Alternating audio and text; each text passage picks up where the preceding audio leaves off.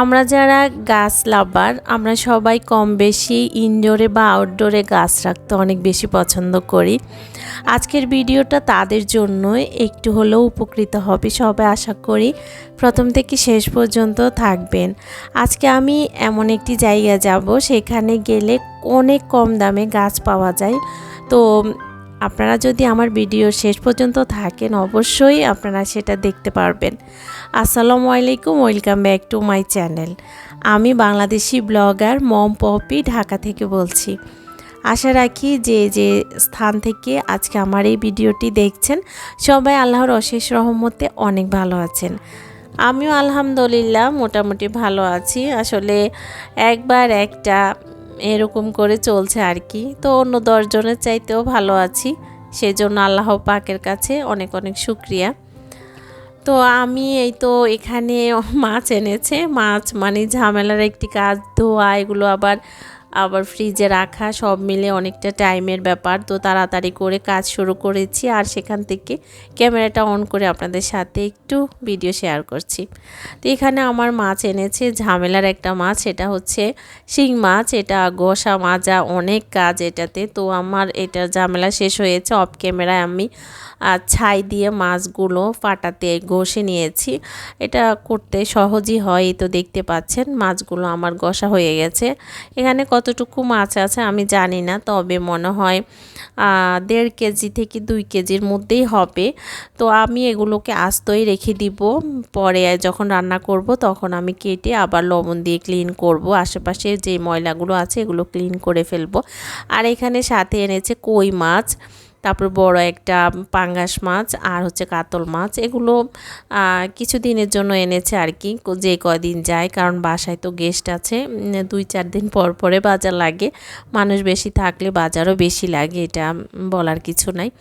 রান্না করতে গিয়ে দেখে আমার মরিচের গুঁড়া শেষ হয়ে গেছে। পরে আবার একটু মরিচের গুঁড়া বাইরে থেকে কিনে এনেছি। আর পরে আয়নের পাপাকে বলেছি মরিচের আস্ত মরিচ আনার জন্য, তো এনেছে। এখানে আমার ননদ, আমি আর আমার আরেকটা ননদ, আমরা 3 জনে মিলে মরিচগুলো ভেঙে নিচ্ছি। সবাই মিলে করলে তাড়াতাড়ি হয়ে যায়। আর যেসব জিনিস আসলে নিজে হাতে করা যায় এগুলো বাসায় তৈরি করাই ভালো, কারণ বাইরের জিনিস কতটুকু ভালো হয় বা কেমন করে এটা তো আমরা জানি না। তো যেগুলো আমাদের হাতের কাছে থাকবে, করার মতো সেই সুযোগ থাকবে, তো সেগুলো আমাদের বাসায় করাটাই উত্তম। আমি সব মশলা আমার নিজ হাতে বাসায় করে থাকি।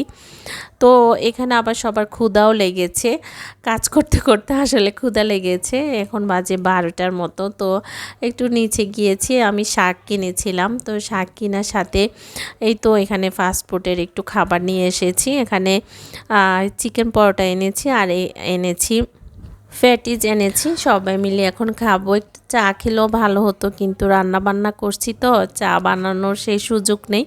চুলার আঁচটাও কমে গেছে, গ্যাসটা 12টার দিকে একটু কমেই যায়। এখন ছোট্ট একটা রিকোয়েস্ট করে নিচ্ছি, আমার এই চ্যানেলের ভিডিওগুলো যদি আপনাদের কাছে একটু যদি ভালো লাগে তাহলে প্লিজ একটা লাইক দিবেন।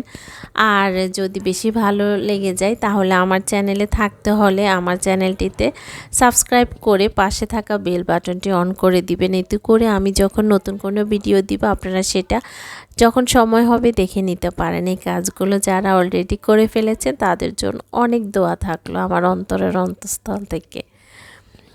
আর আরেকটা কথা বলে রাখি, যারা আমার চ্যানেলে আসেন আমাকে বন্ধু করেন অবশ্যই কমিউনিটিতে একটা লেটার রেখে যাবেন, এতে করে আমি আপনাদেরকে খুঁজে পেতে আমার অনেক বেশি সহজ হবে। কিছু বাজার এনেছে আমার হাজব্যান্ড, মানে মাছের বাজারের সাথে। তো সেগুলো আমি এখন একটা বক্সের মধ্যে রেখে দিচ্ছি। এখানে মাস শেষ তো টুকিটাকি করে বাজার নিয়ে আসতেছে, যখন যেটা দরকার হচ্ছে তখন। এবার দেখলাম যে সে একসাথে বাজার আনছে না, যখন যেটা শেষ হচ্ছে তখন সেটা আনছে। আসলে ঘরের মধ্যে মানুষজন বেশি, তো এই জন্য জিনিসপত্র তাড়াতাড়ি শেষ হয়, আর এই জন্য এইভাবে আনতে হচ্ছে। আমরা যখন ৩ জন থাকি তখন সেটা আলাদা হিসাব থাকে, আলাদাভাবে বাজার আনে। এখন মানুষজন বেশি, এই তো ১ সপ্তাহ যায় না, এটা শেষ হয়ে যায় ওটা শেষ হয়ে যায়, তো সেভাবে বাজারটা আসলে এবার আনা হয়েছে।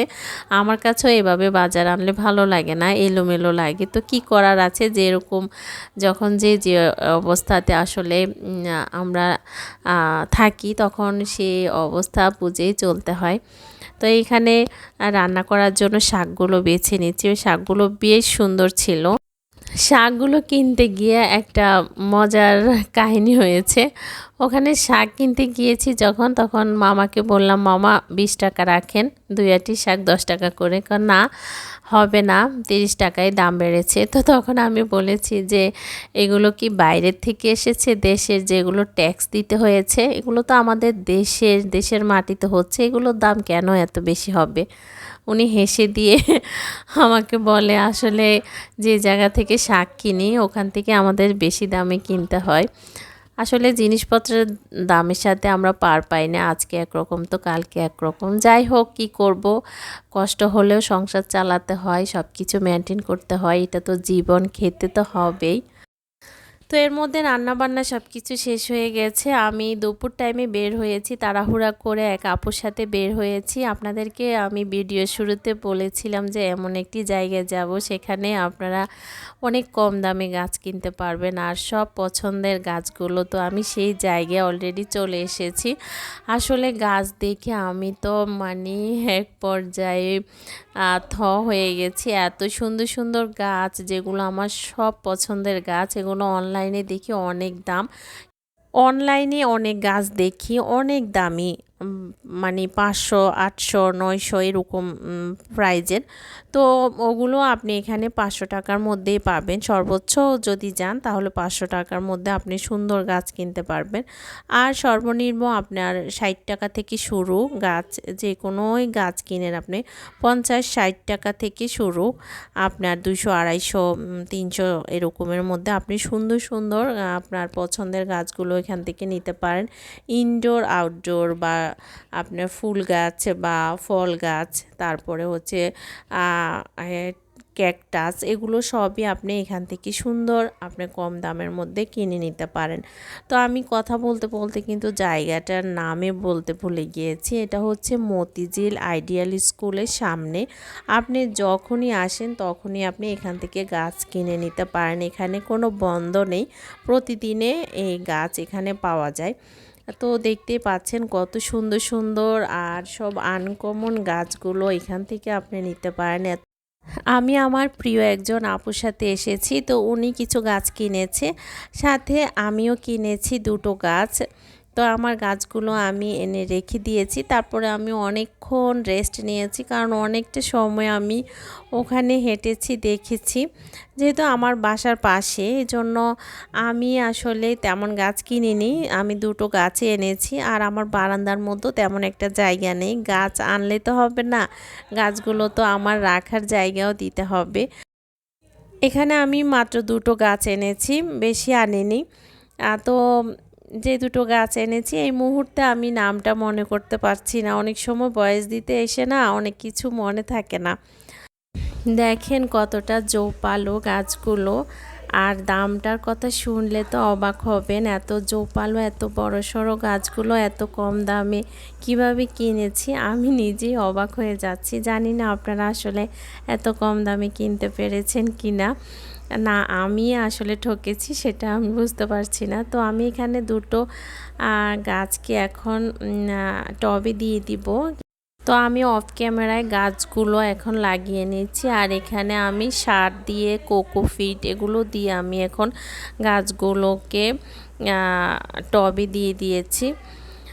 আসলে গাছের যত্ন নিতে হয়, গাছ লাগালে হয় না, গাছের অনেক যত্ন করতে হয়, তাহলে গাছ সুন্দর হয়। তো আমি গাছের আসলে অনেক যত্ন করি, আর আমার গাছগুলো মাশাআল্লাহ অনেক সুন্দরভাবে বেড়ে উঠেছে। এখানে আমি আরও কিছু রিপোর্টিং করেছি অফ ক্যামেরায়, আপনাদের সাথে আর সেগুলো শেয়ার করিনি। আজকে এই পর্যন্তই। সবার সুস্বাস্থ্য কামনা করে আমি এখান থেকে বিদায় নিয়ে নিচ্ছি। আবারও ফিরে আসবো আরেকটি নতুন ব্লগ নিয়ে। সেই পর্যন্ত সবাই আমার সাথেই থাকবেন। আসসালামু আলাইকুম, আল্লাহ হাফেজ।